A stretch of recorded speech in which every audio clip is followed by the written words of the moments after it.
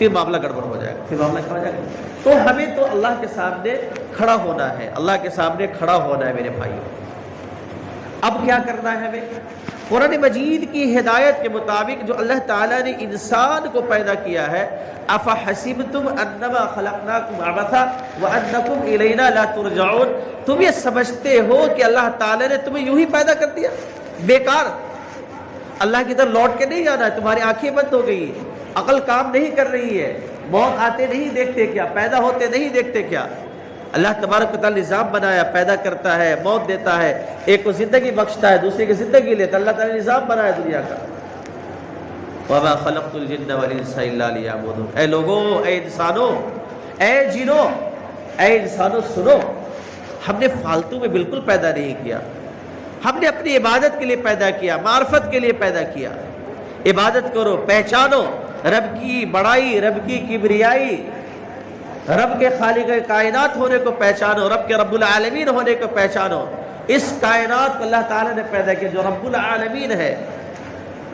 خلق السماوات والارض، خلق السماوات بغیر عمد ترونها، اللہ تعالیٰ نے آسمان کو بغیر ستون کے پیدا کیا، بغیر ستون کے۔ دیکھیے تو کاریگری اللہ کی، قدرت دیکھیے تو اللہ تعالیٰ کی۔ اللہ تعالیٰ نے سب کچھ بنایا کس کے لیے؟ وَسَخَّرَ لَلشَّمْسَ وَالْقَمَرَ دَائِبَيْنِ وَسَخَّرَ لَكُمُ الشَّمْسَ وَالْقَمَرَ دَائِبَيْنِ، کہ ہم نے وَالْأَنْهَارَ دَائِبَيْنِ، کہ اللہ تعالیٰ نے ہمارے لیے سورج کو، چاند کو، زمین کو، آسمان کو، پیڑ پودے کو، پہاڑ کو، سمندر کو، دریا کو، دنیا کی ہر چیز کو اللہ تعالیٰ نے ہمارے لیے مسخر کر دیا ہے، مسخر کر دیا ہے۔ قرآن مجید میں جگہ جگہ اللہ تعالیٰ فرماتا ہے وَسَخَّرَ لَكُمُ السَّمَاوَاتِ وَالْأَرْضَ، زمین کو، آسمان کو، چاند کو، سورج کو، ستاروں کو، ہر چیز کو ہمارے کام میں اللہ تعالیٰ نے لگا دیا، لگاؤ، یہ تمام اے انسانوں تمہارے لیے ہے۔ وَمَا خَلَقْتُ الْجِنَّ وَالْإِنسَ إِلَّا لِيَعْبُدُونِ، لیکن میری عبادت کرو، مجھے مت بھولو، فَاذْكُرُونِي أَذْكُرْكُمْ، مجھے یاد کرو میں تم کو یاد کروں گا۔ اگر تم بھولو گے، یہاں اگر تم بھولو گے، فَأَنْسَاكُمْ، کہ میں بھی تم کو بھولوں گا، میں بھول جاؤں گا تم کو، میں بھی یاد نہیں رکھوں گا۔ دنیا میں یاد رکھو، دنیا میں اللہ پر ایمان رکھو، اللہ تعالیٰ کو مان لو، اللہ کی ذات کو مان لو، اللہ کے وجود کو مان لو، اللہ کی وحدانیت کو تسلیم کر لو، اللہ تبارک و تعالیٰ قیامت میں سہولت پیدا کر دے گا۔ ادھر سسٹم بنایا اللہ تعالیٰ نے، سسٹم کو سمجھیے، قرآن مجید کی روشنی میں سمجھیے آپ اطمینان سے کہ سسٹم بنانے کے بعد اللہ تعالیٰ نے کہا اب تم اعمال کرو۔ اب کیا کرو؟ تم عمل کرو، اپنے کام پیدا کرو، اپنے طریقے سے کام کرو، لیکن کام کرنا جو ہے وہ سب احکام الہیہ کے مطابق ہونا چاہیے، اس دائرے میں ہونا چاہیے، یہاں سے باہر مت نکلنا، اللہ کے حکم کے مطابق کام ہونا چاہیے۔ وَأَطِيعُوا اللَّهَ وَأَطِيعُوا الرَّسُولَ، اللہ کی فرما برداری کرو، رسول کی فرما برداری کرو، وَأُولِي الْأَمْرِ مِنْكُمْ، اور تم میں سے جو قرآن و حدیث کو جاننے والے ہیں، ان کی روشنی کو پہچاننے والے ہیں، ان کی اطاعت اور فرما برداری کہتے ہوئے اللہ کے احکام پر کیا کرو؟ عمل کرو۔ یہ اللہ تعالیٰ کا حکم ہے، اللہ تعالیٰ کا حکم ہے۔ ان طریقوں سے جب چلو گے تو تمہارا کام کیا ہو جائے گا؟ آسان ہو جائے گا، اور تم کیا ہو جائے گا؟ اولئک هم المفلحون، تم کامیاب ہو جاؤ گے۔ فمن زحزح عن النار وادخل الجنہ فقد فاز، اللہ تعالیٰ فرماتے ہیں کہ قیامت کا مسئلہ یہ ہے کہ جس کو جہنم سے بچا لیا گیا اور جنت میں داخل ہو گیا، اب کامیاب ہوا۔ اب کیا ہو؟ کیا بھائیو؟ اب کامیاب ہوا۔ اللہ تبارک و تعالیٰ نے پہلے یوں نہیں فرما دیا کہ تم سب کامیاب ہو چکے ہو، نہیں، فمن زحزح عن النار، جہنم سے بچا لیے گئے اور جنت میں تمہارا داخلہ ہو گیا، اب کیا ہو چکے؟ تم کامیاب ہو چکے ہو، اب فلاح کو پہنچ چکے ہو، اب کوئی ٹینشن نہیں تمہارے اوپر، کسی طرح کوئی خوف نہیں، کوئی رنج نہیں، کوئی ملال نہیں۔ تو اللہ تبارک و تعالیٰ ہم سے یہ چاہ رہا ہے کہ دنیا میں رہتے ہوئے میرے احکام کے مطابق زندگی گزارتے رہو، ہر حکم کو میرے حکم کے تابع کر دو، ہر عمل کو میرے حکم کے تابع کر دو، ہر فعل کو میرے حکم کے تابع کر دو، ہر چیز کو میرے قانون کے مطابق کر دو، قرآن کے مطابق کر دو، احادیث کے مطابق کر دو۔ من یطیع الرسول فقد اطاع اللہ، رسول کی اتباع کرو، اللہ تعالیٰ کی خود بخود اتباع ہو جائے گی۔ رسول کے تابع کر دو، رسول کے سپرد کر دو، رسول کے احکام کے سپرد کر دو، رسول کی سنتوں کے سپرد کر دو، اپنے آپ کو حوالے کر دو، سبمٹ کر دو پورے اپنے آپ کو۔ یہاں پر کوئی آپشن باقی نہیں رہنا چاہیے، وہ کمپلیٹ سبمیشن ہونا چاہیے۔ اگر تم سبمٹ کر دیتے ہو اولئک هم المفلحون اولئک هم الراشدون، اب تم نیک لوگوں میں شامل ہو جاؤ گے، اب عدل و انصاف والوں میں شامل ہو جاؤ گے، اب نیکوکار میں شامل ہو جاؤ گے، اب راشدین میں شامل ہو جاؤ گے، تمہارے لیے عمل آسان ہو جائے گا، تمہارے لیے عمل آسان ہو جائے گا۔ جب تک انسان اپنی خواہشات کے مطابق عمل کرتا رہتا ہے تو قرآن مجید کے مطابق عمل کرنا بہت بھاری ہوتا ہے، اور جب انسان اپنی خواہشات کو دبا کر قرآن مجید کے مطابق کر دیتا ہے تو اب قرآن مجید پر یا حدیث مبارکہ پر یا سنت پر عمل کرنا بہت ہی آسان ہو جاتا ہے۔ یہی تو طریقہ ہوتا ہے بزرگان دین کا، نفس کشی، نفس کو مارو، نفس کے خلاف کرو، دل جو چاہ رہا ہے اور شریعت کے خلاف ہے اس کے خلاف عمل کرو، یعنی دل کو اتنا اتنا اتنا توڑ دو شہوات کے اعتبار سے کہ شہوت کی طرف نہ نکلے، نفسانی خواہشات کی طرف نہ ابھرے، تو اس کا عمل سب کیا ہو جائے گا؟ یقیناً نبی کے مطابق، نبی کے سنت کے مطابق، اللہ کے احکام کے مطابق ہو جائے گا۔ اب کیا ہوتا ہے؟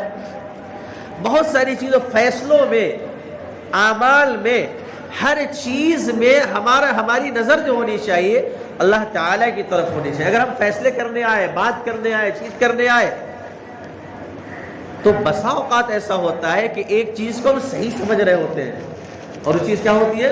غلط ہوتی ہے، اور ایک چیز کو ہم غلط سمجھ رہے ہوتے ہیں اور وہ چیز کیا ہوتی ہے؟ صحیح ہوتی ہے۔ اللہ تعالیٰ نے اس کو قرآن مجید میں ذکر فرمایا، وَعَسَىٰ أَن تَكْرَهُوا شَيْئًا وَهُوَ خَيْرٌ لَكُمْ وَعَسَىٰ أَن تُحِبُّوا شَيْئًا وَهُوَ شَرٌّ لَكُمْ وَاللَّهُ يَعْلَمُ وَأَنتُمْ لَا تَعْلَمُونَ۔ دیکھو، اپنے فیصلے کو، اپنے عمل کو، اپنے کردار کو، اپنے اخلاق کو، اپنے معاشرتی نظام کو سب اللہ کے حوالے کر دو، اللہ کے حکم کے مطابق کر دو۔ کیوں؟ ایک چیز کو تم ناپسند کر رہے ہو وہ تمہارے لیے بہتر ہے، اور ایک چیز کو تم پسند کر رہے ہو وہ تمہارے لیے بہتر نہیں ہے۔ واللہ یعلم وانتم لا تعلمون، اللہ تعالیٰ کہتا ہے کہ میں جانتا ہوں، اللہ جانتا ہے، تم نہیں جانتے۔ جب ہم جانتے ہی نہیں ہیں تو معاملہ اب اللہ کے سپرد کرے اور رسول کے سپرد کرے۔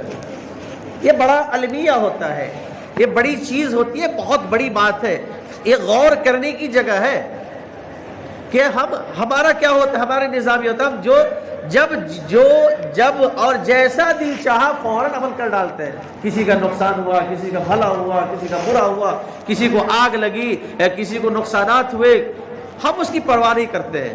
ہم تو کہتے ہیں میں ہوں، بس میرا حکم چلنا چاہیے، میں تو پاورفل ہوں، میں تو پوسٹ پر ہوں۔ اللہ تعالیٰ کہتے ہیں پوسٹ کے چکر میں نہ پڑو، اللہ جانتا ہے، اللہ کی پوسٹ مت لو۔ اللہ ایسا گراتا ہے دھڑام سے کہ ہڈی وڈی سب توڑ دیتا ہے۔ اللہ ایسا گراتا ہے، ہڈیاں توڑ دیتا ہے، پھینک دیتا ہے۔ کبھی کبھی تو انسان اتنا پھینکاتا ہے جیسا کہ وسیم رضوی دیکھیے کہاں پھینکایا، گائے کی دودھ پی رہا ہو۔ تو کیا ہے، تم آگے بڑھنے کے چکر میں پڑو، راستہ غلط اگر اختیار کرو گے، آسا ان تکرہو، ایک چیز کو تم پسند کر رہے ہو اللہ جانتا ہے وہ ناپسند غلط چیز ہے، ایک چیز کو تم ناپسند کر رہے ہو اللہ جانتا ہے وہ صحیح چیز ہے۔ واللہ یعلم وانتم لا تعلمون، یہ ہر ایک کے لیے ہے، چاہے عالم ہو، جاہل ہو، غیر عالم ہو، یہ ہر ایک کے لیے، کوئی پڑھا لکھا ہو، غیر پڑھا لکھا ہو۔ واللہ، اپنے عمل کو اللہ کے سپرد کر کے دیکھو، اب دیکھو اس میں کیا مزہ آتا ہے، اس میں اللہ تعالی ہمارے لیے کیا آسانیاں پیدا کرتا ہے، اس کو ہم نہیں جانتے۔ اسی لیے ہر عمل کو پہلے دیکھیے اللہ کے حکم کے مطابق اور نبی کے طریقے پر ہے یا نہیں ہے، اگر ہے تو اس کو عمل انجام دیجئے، اور نہیں ہے تو کنارہ کش اختیار کر لیجئے۔ بولنے سے بہتر انسان کنارہ کش اختیار کر لے، ورنہ تو اللہ تعالیٰ دھکیل کے کیا کرتا ہے، ایک دم سائڈ کر دیتا ہے، اسی جگہ پر لا کے چھوڑ دیتا ہے کہ اس کی ساری پہچان ختم ہو جاتی ہے۔ اللہ یعلم اللہ تعالیٰ، اللہ تعالیٰ نے نظام بنایا، ایسا نظام بنایا اللہ تبارک و تعالیٰ نے کہ عقل حیران رہ جاتی ہے۔ ہم کسی چیز کے بولنے میں، کسی چیز کے تولنے میں، کسی چیز کے ناپنے میں اپنے اختیار میں کچھ نہ رکھیں، اللہ تبارک و تعالیٰ کے لیے کام کرے۔ ہمارا عمل جو ہونا چاہیے یہ صرف اللہ کے لیے ہونا چاہیے۔ من یرد منکم ثواب الدنیا، جو دنیاوی ثواب کے لیے کام کرتا ہے یؤتیہ منہا، ہم اس میں سے دے دیتے ہیں، ومن یرید ثواب الآخرۃ نؤتیہ منہا، اور جو آخرت کے ثواب کے لیے کام کرتا ہے اس کو بھی دیتے ہیں۔ لیکن جو دنیاوی طلب کرتا ہے اس کو ہم تو دنیا میں دے دیتے ہیں، لیس لہم فی الآخرہ لا خلاق لہم فی الآخرہ، آخرت میں کوئی حصہ نہیں ہے۔ اور جو لوگ آخرت کو طلب کرتے ہیں، منکم من یرید ثواب الآخرہ نؤتیہ منہا، ہم اس کو دیتے ہیں اور آخرت کے لیے رکھ دیتے ہیں، ہمارا عمل جو ہونا چاہیے اس میں ذرہ برابر بھی آمیزش نہیں ہونی چاہیے۔ آمیزش کو اللہ تعالیٰ بالکل پسند نہیں کرتا ہے۔ قرآن مجید کی آیت ہے، یا ایھا الذین آمنوا لا تبطلوا اعمالکم بالمن والاذی، اے لوگو، اے ایمان والو، احسان کے ذریعے، تکلیف پہنچانے کے ذریعے، ایذا رسانی کے ذریعے تم اپنے اعمال کو خراب مت کر لینا، باطل مت کر لینا۔ ولا تبطلوا اعمالکم، اپنے اعمال کو خراب مت کرو، باطل مت کرو، اکارت مت جانے دو۔ پتہ چلا کہ اگر ہم نے کسی پر احسان کر دیا اور ہم نے جتلا دیا، وہ عمل سارا خراب ہو گیا، عمل غارت ہو گئی۔ آپ نے کروڑوں کا احسان کیا تھا، صرف آپ نے اتنا کہہ دیا، ارے بھائی تمہارے اندر اتنی بھی مروت نہیں ہے، میں نے اتنا احسان کیا، میں نے تمہارے فائدے کے لیے کام کیا، تم میرا کیا کر رہے ہو، نقصان کر رہے ہو، بس گیا۔ یا پھر اس کو تکلیف پہنچا رہے ہو، احسان پہ احسان جتلا رہے ہو۔ تو اللہ تعالیٰ فرماتے ہیں وَلَا تُبْطِلُوا أَعْمَالَكُمْ، اپنے عمل کو خراب مت کرو۔ میرے بھائیوں، قرآن مجید کے ساری چیزیں، سارے فیصلے یہ ہمارے لیے ہے۔ اللہ تبارک و تعالیٰ نے اس دنیا میں رہتے ہوئے معاشرتی نظام کو قائم کیا، علاقائی نظام کو قائم کروایا، اللہ تبارک و تعالیٰ نے گھر کے نظام کو قائم کروایا، ملکی نظام کو قائم کروایا۔ یہ تمام جو نظام بنے ہوئے ہیں اللہ کے مطابق ہے تو ٹھیک ہے، ورنہ انسان اپنے اعتبار سے اس پر عمل کرانے کیا کرتا ہے، قوانین لاتے ہیں تاکہ اس پر عمل کیا جائے۔ قرآن کو دیکھ لیجیے، قرآن کتنا اہم ہے ہمارے لیے، قرآن مجید کے فیصلے، قرآن مجید کی آیتیں، قرآن مجید کے قوانین۔ اللہ اگر عدل و انصاف کی بات کرتے ہیں تو اللہ تبارک و تعالیٰ فرماتے ہیں یا ایھا الذین آمنوا ان اللہ یأمرکم ان تؤدوا الامانات الی اہلھا، کہ امانت کو ان کو دے دیا کرو۔ اور جب فیصلے کی بات آئے وَإِذَا حَكَمْتُمْ بَيْنَ النَّاسِ فَاحْكُمُوا بِالْعَدْلِ، عدل و انصاف کے ساتھ تم کیا کرو، فیصلہ کرو۔ تم ادھر ادھر نہیں ہونا چاہیے، ادھر بھی نہ جھکو، ادھر بھی نہ جھکو۔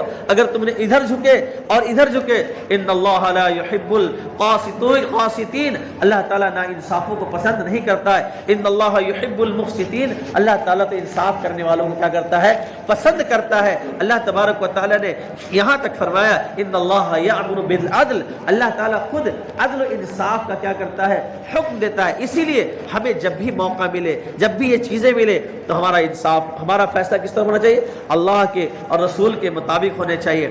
کبھی کبھی کیا ہے، ہم جذبات میں فیصلے دے دیتے ہیں، کبھی جانبدار ہو کر فیصلے دے دیتے ہیں۔ یہ سب کیا ہے، ہمارے لیے ہلاکت و بربادی کے لیے کیا ہے، کافی ہے۔ آپ تو سوچ رہے ہوں گے کہ چلو کون دیکھ رہا ہے، کون سن رہا ہے، لیکن نہیں، اللہ تبارک و تعالیٰ نے قرآن مجید میں فرمایا کہ اگر تم دو ہو تو ثالث ثلاثہ، اللہ تبارک و تعالیٰ دو میں کا تیسرا ہے۔ اگر تم چار ہو تو اللہ تبارک و تعالیٰ پانچواں ہے، پانچ ہو تو اللہ تعالیٰ چھٹا ہے۔ وَيُبَيِّتُونَ مَا لَا يَرْضَىٰ مِنَ الْقَوْلِ، تم خفیہ انداز میں مشورے کرتے ہو کسی کے خلاف، اللہ تبارک و تعالیٰ جانتا ہے۔ اور تم یستخفون من الناس ولا یستخفون من اللہ، تم لوگوں سے چھپتے ہو اور اللہ تبارک و تعالیٰ سے نہیں چھپتے۔ میرے بھائیو، سارا کچھ اللہ تعالیٰ نے نظام بتایا۔ اس نظام پر جب ہم چلنے لگیں گے، اس نظام کے تحت، نظام قرآن کے تحت، تعلیمات قرآن کے تحت جو اخلاقی تعلیمات اللہ تبارک و تعالیٰ نے قرآن مجید میں فرمائی ہے، اگر اس مطابق چلنے لگے تو ہمارا معاشرہ بھی سدھر جائے گا اور ہمارے لیے آسانیاں بھی پیدا ہو جائے گی، اللہ تبارک و تعالیٰ بھی راضی رہے گا، اللہ کی مرضات کو حاصل کرنے والے رہیں گے، نبی کے طریقے پر چلنے والے رہیں گے۔ اگر ہم قرآن مجید کو پسے پشت ڈال کر چلتے رہیں گے تو نبی علیہ الصلوۃ والسلام کی ایک حدیث کے ذریعے میں اپنی بات مکمل کرتا ہوں کہ ان اللہ بہذا الکتاب یرفع اقواما ویضع به آخرین، اگر ہم قرآن کی خدمت کرتے، پڑھنے کے اعتبار سے، سننے کے اعتبار سے، جاننے کے اعتبار سے، ترجمے کے اعتبار سے، تفسیر کے اعتبار سے، تعلیمات کے اعتبار سے، اس کے اشاعت کے اعتبار سے، اس کی ترویج کے اعتبار سے، ان کی خدمات کے اعتبار سے، اس کو چھاپنے کے اعتبار سے، اس کو لوگوں کو بانٹنے کے اعتبار سے، جس لائن سے ہم قرآن مجید کی خدمت کریں گے اللہ تبارک کو بڑھائے گا. قرآن مجید سے جتنے دور ہوتے رہیں گے تو آپ سمجھیے دوری آپ پیدا کریں, دوری اللہ تعالیٰ سے آپ پیدا کریں. وَيَزَعُ بِهِ آخَرِينَ, اللہ تعالیٰ پھر چھانٹنا شروع کر دے گا. قرآن سے دور ہے تو چھانٹنا شروع کر دے گا. آج سے ہم عہد کر لیں, ابھی سے عہد کر لیں کہ ہم میں سے جو لوگ قرآن پڑھنا نہیں جانتے ہیں, اللہ کے واسطے, اللہ کے لیے آپ ہر ہنر سیکھ سکتے ہیں, قرآن مجید نہیں سیکھ سکتے, یہ سراسر جھوٹ ہے, سراسر غلط ہے. اللہ تعالیٰ نے جو عقل دی ہے آپ کو, جو دماغ دیا ہے, اس کا آپ سرے سے ڈینائی کر رہے ہیں کہ اللہ تعالیٰ نے مجھے عقل نہیں دی ہے. اس لیے جو حضرات قرآن مجید پڑھنا نہیں جانتے ہیں اور شوق نہیں ہے تو شوق پیدا کر لے, اور قرآن مجید جہاں آپ آسانی ہو آپ کے لیے قرآن مجید کو پڑھنے کی کیا کریں, کوشش کریں, سیکھیں. جو جن حضرات کی عمر زیادہ ہو گئی ہے, زبان موٹی ہو جاتی ہے, نہیں چل پاتی ہے, وہ اپنی کوشش شروع کر دیں. نہیں پڑھ پائے مسئلہ الگ ہے, وہ تو مسئلہ بات ختم ہو گئی, لیکن وہ اپنی کوشش شروع کر دیں. اور جو ابھی نوجوان عمر کے بچے ہیں یا لڑکے ہیں 17 سال کے, 18-20 سال کے یا چھوٹی عمر کے, ان کے لیے تو ضروری ہے, لازمی طور پر قرآن مجید کو سیکھیں. اور جو ان سے عمر 40 سال تک کے ہے وہ تو پوری کوشش ان کو ہر حال میں کرنی ہے. نمبر 1. نمبر 2 یہ ہے جو لوگ قرآن پڑھنا جانتے ہیں وہ تھوڑا آگے بڑھیں. وہ کیا ہے, آگے بڑھیں, ترجمہ پڑھنے کی کوشش کریں. جو لوگ ترجمہ پڑھنا چاہتے ہیں, ان کے پاس ٹائم وغیرہ ہے, وہ تفسیر دھیرے دھیرے پڑھنے کی کوشش کریں. دیکھیے اس میں قدم بڑھائیے, بہت فائدے ہوں گے, آپ کو چاشنی آئے گی.